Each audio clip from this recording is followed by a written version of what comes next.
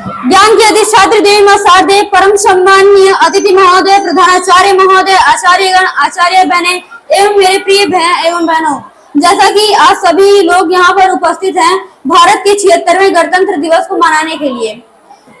मेरा नाम है रवि प्रजापति, मैं कक्षा अष्टम का छात्र हूँ। मैं यहाँ पर आप सभी लोगों के समक्ष एक प्रेरक प्रसंग की प्रस्तुति करने जा रहा हूँ, जिससे आप सभी लोगों को जीवन में आगे बढ़ने की एक प्रेरणा मिले।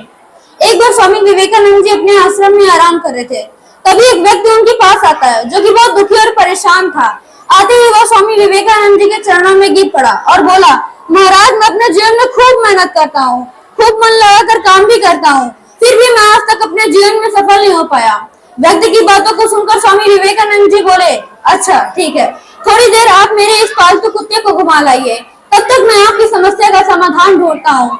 इतना कहने के बाद वो व्यक्ति कुत्ते को घुमाने ले चला गया। अब कुछ समय बाद जब वो व्यक्ति आता है, अब स्वामी विवेकानंद जी उस व्यक्ति से पूछते हैं, ये कुत्ता इतना हाफ क्यों रहा है जबकि तुम थोड़े भी थके नहीं हो? आखिर ऐसा क्या हुआ? ये कुत्ता इतना थक क्यों गया है? अब वो व्यक्ति स्वामी विवेकानंद जी को बताता है, महाराज, मैं पूरे रास्ते सीधे चल रहा था, जबकि यह कुत्ता पूरे रास्ते इधर उधर भटक रहा था और जो कुछ भी देखता वहीं पर दौड़ा चला जाता है, इसलिए ये कुत्ता इतना थक गया है और हाँफ रहा है। अब वो व्यक्ति स्वामी विवेकानंद जी को बताता है, बस यही तुम्हारे प्रश्नों का उत्तर है। तुम्हारी सफलता की मंजिल तुम्हारे सामने ही रहती है, लेकिन तुम अपनी मंजिल के बजाय इधर उधर भटकते रहते हो, जिससे तुम अपने जीवन में कभी सफल नहीं हो पाते। व्यक्ति को समझ में आ गया, उसके समझ में आ गया, यदि हमें सफल होना है तो हमें अपने लक्ष्य पर ही ध्यान देना होगा। इस प्रेरणादायक कहानी पर मैं एक वीरस कहना चाहता हूँ। श्री कृष्ण ने साफ कहा है, कि बस कर्म तुम्हारा कल होगा, और कर्म अगर सच्चाई है तो कर्म का नित फल होगा। हर एक संकट का हल होगा, वो आज नहीं तो कल होगा। लोहा जितना तपता है उतनी ही ताकत भरता है, सोने को जितनी आग लगे वो उतना प्रखर निखरता है, हीरे पर जितनी धार लगे वो उतना खूब चमकता है।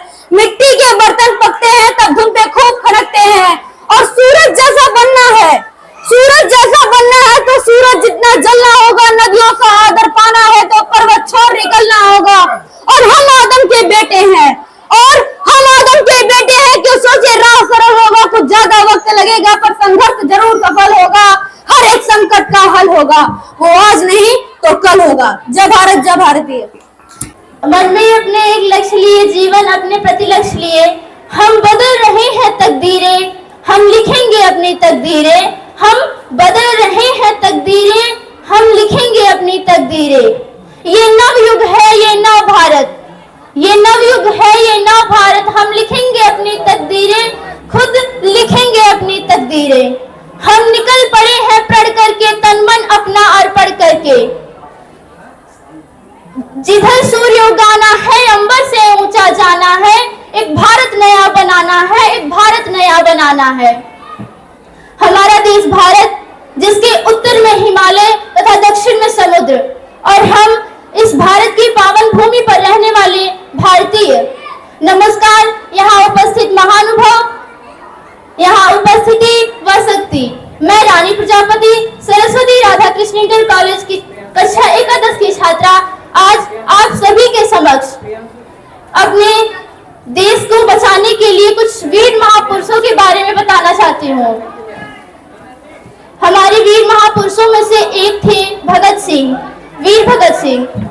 कहा जाता है, जब एक बार उनकी माँ उनसे जेल में मिलने के लिए गई तो उनकी माँ उन्हें देखकर रोने लगी और कही कि बेटा, मैं तो तेरी शादी करना चाहती थी, मैं तो तेरी दुल्हन लाना चाहती थी, अपने घर में एक बहू लाना चाहती थी, लेकिन तूने तो ये आजादी का बीड़ा अपने सर उठा लिया है, किंतु ये बहुत ही कठिन है। तो भगत सिंह कहता है कि माँ, तू रो मत, तेरा बेटा फांसी पर नहीं, तेरा बेटा दुल्हन लाने जा रहा है, और ऐसे दुल्हन लेकर आएगा जिसे तू ये नहीं कहेगी कि ये मुझसे रोज लड़ती है, अपितु ये पूरे देश के लिए लाभदायक होगी। तो माँ ने रोते हुए पूछा कि अच्छा, तो उस दुल्हन का नाम बताओ। तो भगत सिंह ने कहा, आजादी। माँ, उस दुल्हन का नाम है आजादी। माँ ने कहा कि बेटा, तू तो ये क्रांतिकारी का बेड़ा क्यों उठा लिया, मैं तो तेरी शादी करना चाहती थी।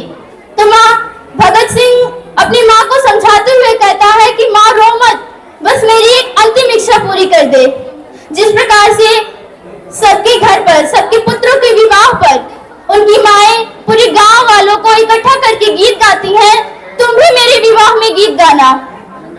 माँ विद्यावती रोते हुए अपने आंसू को पोंछते हुए उल्टे पैरों चलती है और अपने बेटे से पूछती है कि बेटा सच्चे दिल से कह रहा है या फिर ऊपर से ही कह रहा है। तो भगत सिंह ने कहा, माँ अगर तू एक भगत सिंह की माँ है तो मेरा ये अंतिम वादा पूरा कर। माँ रोते हुए घर को पहुंची, पूरे मोहल्ले वालों को इकट्ठा करती है और सभी मोहल्ले वाली औरतें सोचती हैं कि लगता है माँ विद्यावती कुछ ज्यादा परेशान है, अपना दुख बांटने के लिए हमें अपने घर बुला रही है। किंतु जब उनके घर पहुंचे तो नजारा कुछ और था।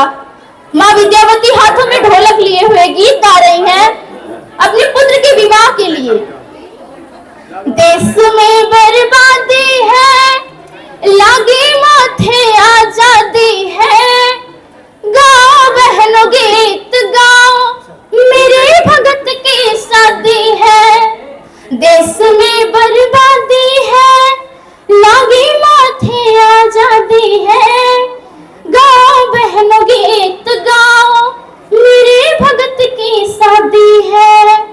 दुनिया वालों ये मत कहना, पुत्र हुआ गिरफ्तार मेरा, पुत्र हुआ गिरफ्तार मेरा। देश में बर्बादी है, लागी माथे आजादी है, गाओ बहनों गीत गाओ, मेरे भगत की शादी है, मेरे भगत की शादी है। हाथों में जंजीर डालकर चपरासी ने पकड़ी है, चपरासी ने पकड़ी है। दुनिया वालों ये मत कहना, हाथों बीच हथकड़ी है, हाथों बीच हथकड़ी है। बंधा कंगड़ा हाथों में, गोरे गोरे हाथों में, जाएगा बारात मेरा, बारातियों का आदि है। देश में बर्बादी है, लागी माथे आजादी है, गाओ बहनों गीत गाओ, मेरे भगत की शादी है। और वो कहती है कि मेरा वीर भगत सिंह अकेले ही नहीं जा रहा है, उसके साथ भी जा रहे हैं। राजगुरु सुखदेव भगत के साथ बराती जाएंगे, साथ बराती जाएंगे। नात रिश्तेदार छोड़कर फांसी हार पहनाएंगे, फांसी हार पहनाएंगे। गाओ सखियों गाने को, देर होती जाने को, जाएगा बारात मेरा, बारातियों का आदि है। देश में बर्बादी है, लागी माथे आजादी है, गाओ बहनों गीत गाओ, मेरे भगत की शादी है। मैं अंतिम वाणी में कहना चाहती हूँ कि पीर पर्वत से पिघलनी चाहिए, पीर पर्वत से पिघलनी चाहिए, इस हिमालय से कोई गंगा निकलनी चाहिए। सिर्फ हंगामा खड़ा करना मेरा मकसद नहीं, सिर्फ हंगामा खड़ा करना मेरा मकसद नहीं। मेरी कोशिश है कि ये तस्वीरें बदलनी चाहिए, ये तस्वीरें बदलनी चाहिए। मेरे सीने में ना सही, तेरे सीने में ही सही, मेरे सीने में ना सही, तेरे सीने में ही सही हो। कहीं भी आग पर ये आग जलनी चाहिए, ये आग जलनी चाहिए।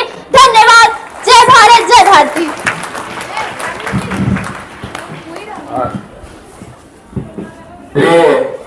रानी प्रजापति एकादश की छात्रा है।